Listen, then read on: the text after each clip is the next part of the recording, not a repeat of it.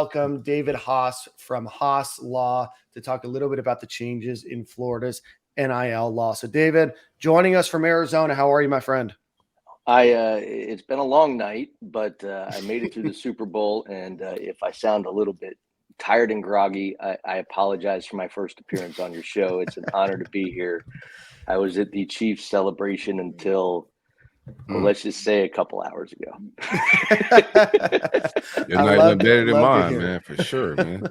It was awesome. Yeah. No worries. I've podcasted from the airport in Las Vegas after a bachelor party, and Dan has become quite the bender man himself, and has come back from many a weekend with a less than clear voice. So you're fine, David. I have had celebrations that rival yours for no reason in the world. Just a random Tuesday. That's just a Tuesday, baby. It's just a Tuesday. The nice thing I know about you guys is I feel amongst friends when I can say that out loud, and I know that there's no strangers to that event by any stretch. So appreciate you having me on, guys. Well, David, we're excited to get your thoughts. I do want to set the groundwork here.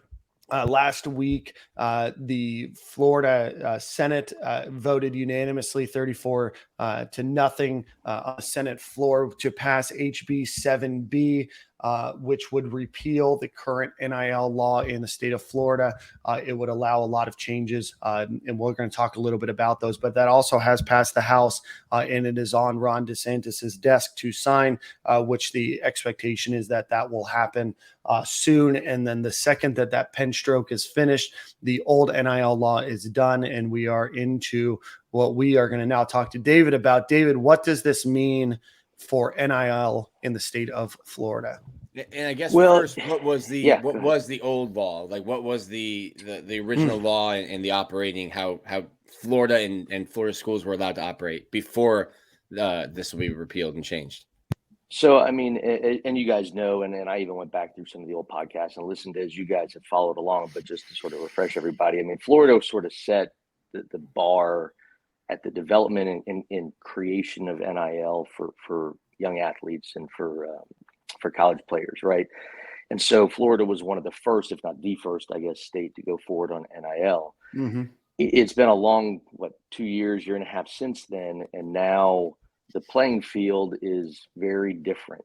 A lot of things in a lot of states where there's states that have still not passed NIL laws, and then there are states that have much more aggressive or open NIL laws where, even guys can go sign high school athletes to NIL deals to make money. What the Florida repeal does is it sort of allows, the main thing it's going to do is allow the universities to get involved with the NIL. I don't know what you call it, because there's sort of two NILs too, but there's the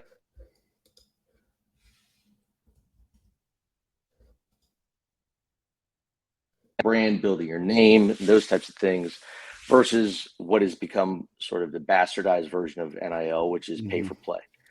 And so, this doesn't really address the pay for play. That's still going to have issues, but it allows the coaching staffs, for the most part, to get more involved, which was one of the things that the original bill didn't do.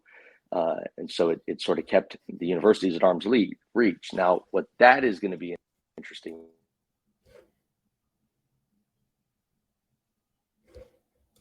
legislation, which is going to say, well, can't do pay for play, boosters can't do NIL, and if it is, you're basically presumed guilty if any of these things happen. So, that's it in a nutshell. It says it really levels the playing field, but it's still not an even playing field. Florida's trying to stay at the forefront of this. You see it with the development of FAST, which is coming up strong, which is sort of, a different iteration of, it's not quite the collective, but it's going to be a different thing for the athletes at UF specifically. You still got the collective, which I think is, going through some necessary changes, trying to, sort of re-envision its things. And so you're still, going to have schools, agencies, NFL agents that can contact kids in high school and bring them along in other states. I don't think Florida is going to be at that. but this law is certainly going to impact sort of the ability to level the playing field some without really addressing the main issues that are still the problems with NIL.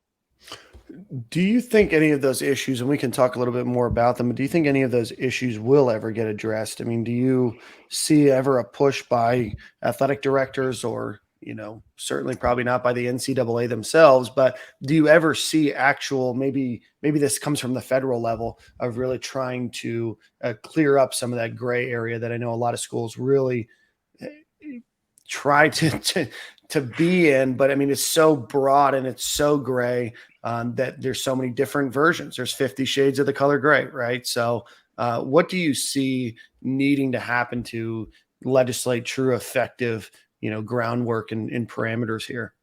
So, I mean, 50 states with 50 different types of, rules is not a level playing field. It's the Wild West right now. I mean, you've got flat out schools, collectives, individual boosters, so to speak, is probably more accurate, that are literally just offering money to come play at this school. And I won't mention those schools' names, but we all know who they are. And so I think those are still going to be the problems. The pendulum's going to swing pretty far, right? When there's no rules and everybody's creating the rules, nobody can identify the issues. Do I think that pendulum is going to swim back and you will see some more federal legislation? I think it has to, because, college football right now is sort of without, if we go to the Power 5 conferences, the NCAA is becoming weaker and weaker with regards to the governance of institutions. And so you're going to see at some point some commissioner, right? Or you're going to see some federal legislation is where I think it's eventually going to head. And the main Power 5 conferences are going to say, well, SEC, we've got schools in Alabama, Georgia, and Florida, and they're all playing by different rules. And so somebody's going to have to come in and level that, but it's going to take some time. I mean, we're still figuring out the problems with, pay for play and those types of things, but we're getting there. And in the meantime, everybody's sort of scrambling to keep their head afloat and trying not to break rules that change every day in every state. Mm-hmm. And if, Florida's recruiting some kid from Ohio and Ohio's rules are different, who's in charge, right? So it's a challenging time. I certainly feel bad for the coaches. I know that, they're trying to do things the right way. At least I'm a Gator at the University of Florida, but it is certainly challenging when the coaches don't have a say in who should get paid, right, by these collectives. Mm-hmm. That's going to change now in Florida. So the coaching staff is going to have a say. Maybe not in amounts. I don't think that's a job that, if you ask probably most of the head coaches in Florida, that they want. But you've really got, I think Coach Napier said it best, you've got all the good things about the NFL with all the bad things that are not being fixed. You have an uncapped free agency market. Who's monitoring and policing like the different laws? Like, so it's different state-wise how Florida operates in say Ohio or California. Who's monitoring like the actions of the NIL practices in each state?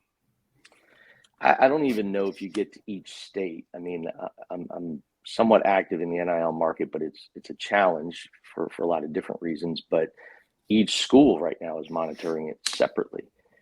Each school has developed their own NIL policies. And so if I sign a young man to an NIL deal, I have to report the contract to UF in so much time.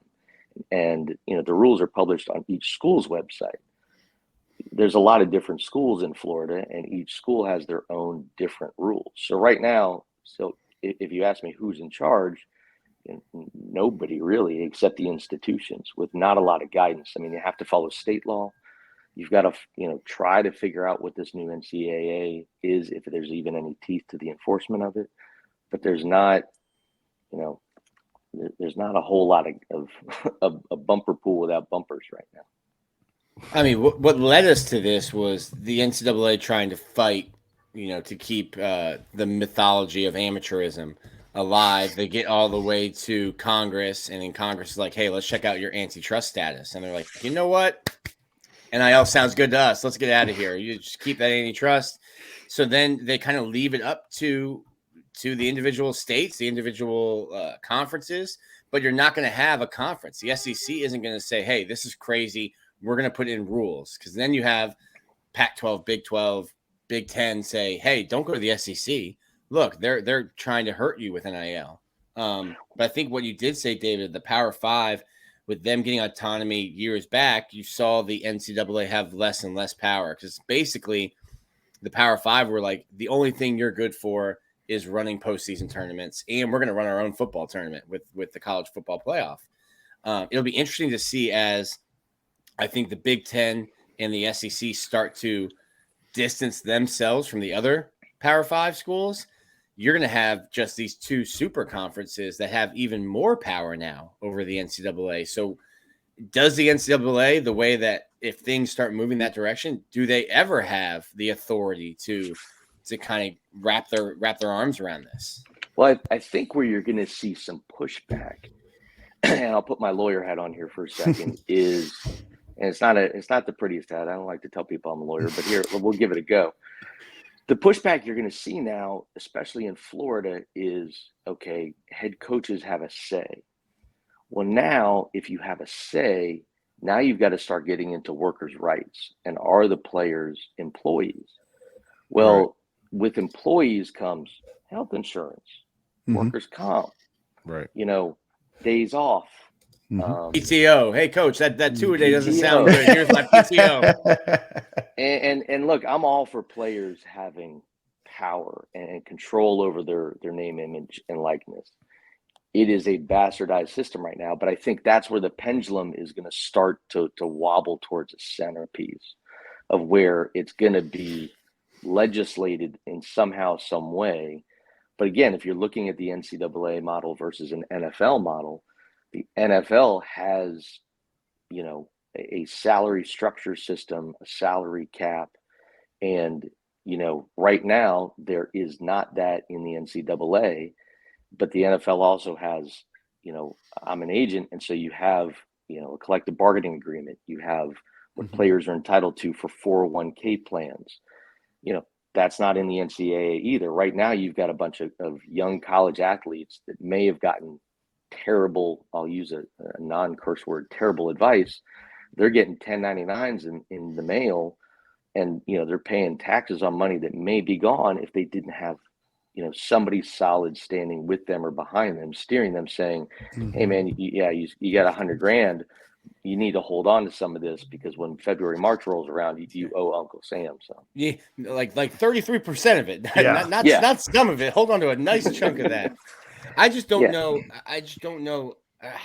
And maybe I'm wrong, but I just can't envision getting to that point, because that's what you're fighting against, is you don't want them to be employees, or at least that's what the NCAA has been fighting against since probably the inception of the NCAA. Well, if the NCAA is fighting against it, the schools are fighting against it, because they're fighting. The schools don't want that. Yes, as well. But you can't get a CBA unless you've already gotten over that first hurdle, which is, okay, yes, they are employees. You're absolutely right.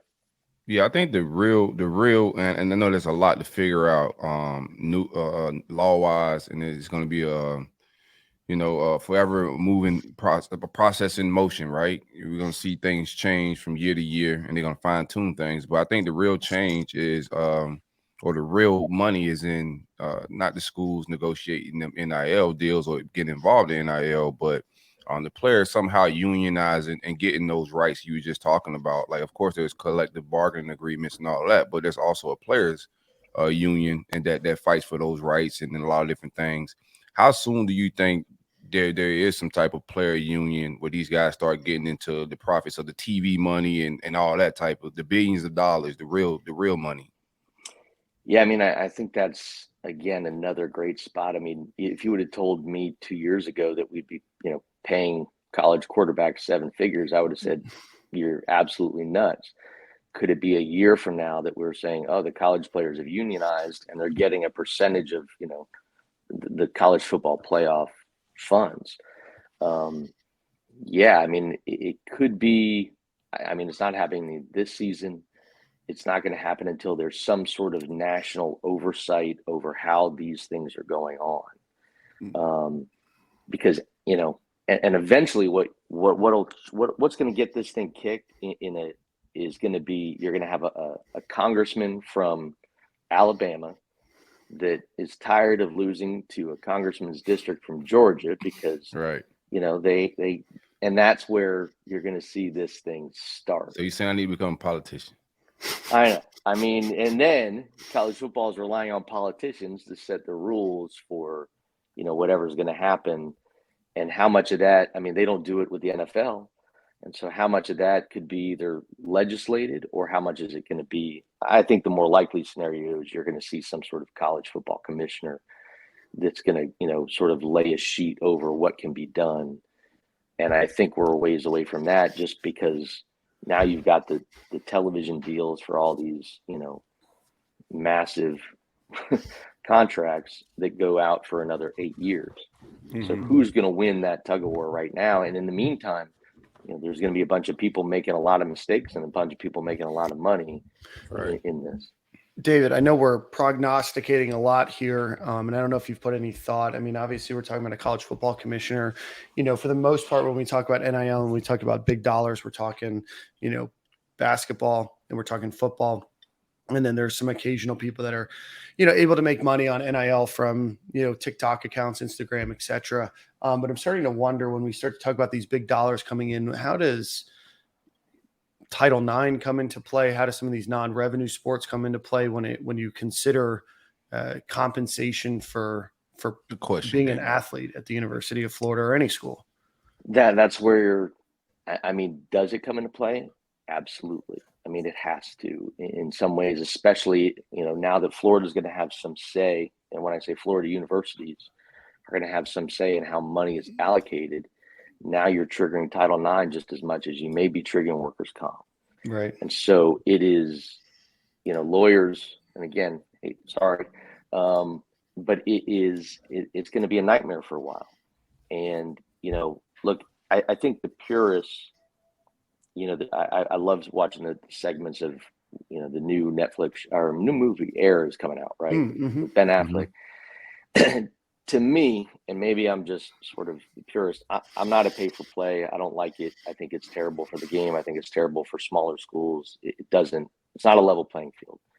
And quite frankly, the ROI for a big booster to continue to do it year after year is not sustainable in my mind either, because you're not going to have guys drop $2 million for a 5-star quarterback, and then next thing you know, they're gone in a year, 2 years. Mm-hmm. The ROI for that is probably not sustainable. So what I think is more likely is you're going to see sort of this pendulum swing to the purist side of the NIL, which is build your brand. Mm-hmm. You know, Nike offers Michael Jordan, you know, $2 million. Jordan, that's a dumb deal for Michael to take. You want your own shoe, you want to build a brand, and now you're a billionaire. But convincing athletes, especially they're, you know, fresh out of high school in college, to delay money, to delay some of that so that you can build a brand is a difficult part of what is there, because everybody wants, you know, a car or, you know, Bose headphones or whatever it is. But if you can push off some of that and structure an NIL branding with, you know, and I talked to these brands literally probably later today about doing it, that's where you really can change the market. That's where you can change things. And I think that's going to take some time as well to see how, you know, a kicker can change a brand and create something for, you know, whatever market is going to get behind him, and he puts off a paycheck, but he's got some sort of structure and infrastructure behind him that can make him bigger than a $20,000 paycheck. Yeah, I mean, we've seen, like you said, the bastardization of it. We just call it NIL, but it's your name, image, and likeness. And essentially, NIL deals are sponsorships. And this company sees, hey, Livy Dunn, I don't know how to say it, has 8 million followers on TikTok. If we get her, if I'm Nestle, and hey, I want you to do 3 TikToks with my brand, like that's what name, image, and likeness is. Not, hey, you're a 5-star quarterback. We would like your name on the back of my favorite team's jersey. Right. And I would likeness that. He's I like- working on that one. I like Yeah. it. That's you kind of really like what it's got- become. Yeah, I mean, you've got, and when I compare it to the NFL, you've got a no salary cap system with the ultimate free agency with the transfer portal, and so the market is, watching the Chiefs last night. Mahomes has a $503 million deal that's structured out over 10 years to allow payment for other players.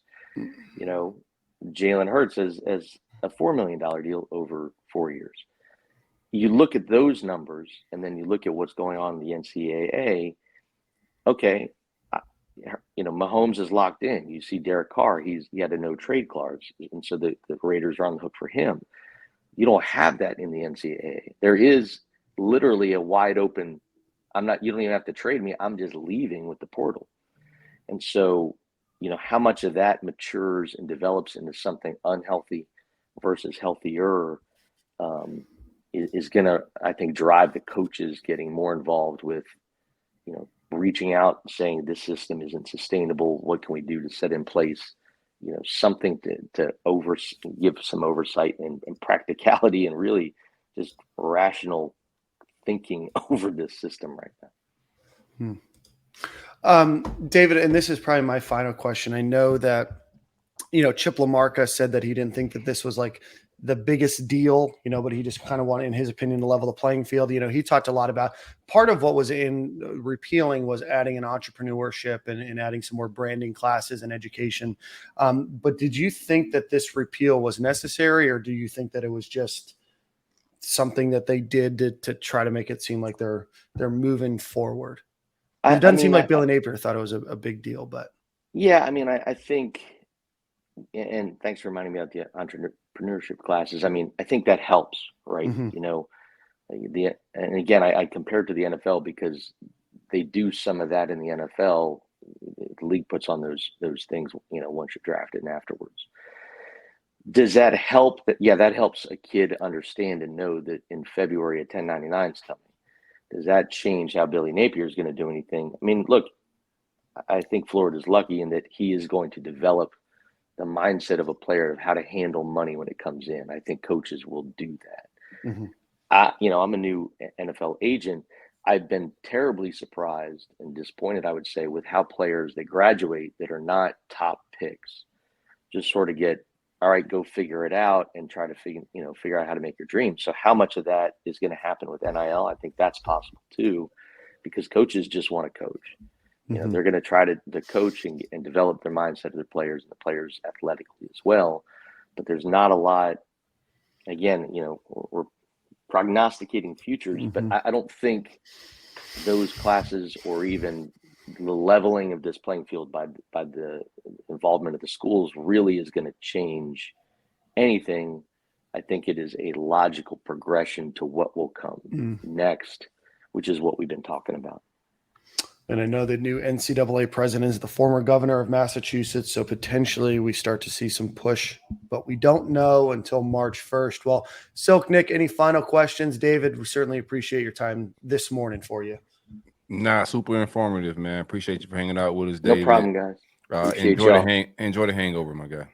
Thanks, man. I'll come back anytime y'all want me. I have one last question, David. How would you rate Tommy Townsend's outfit last night walking into the stadium?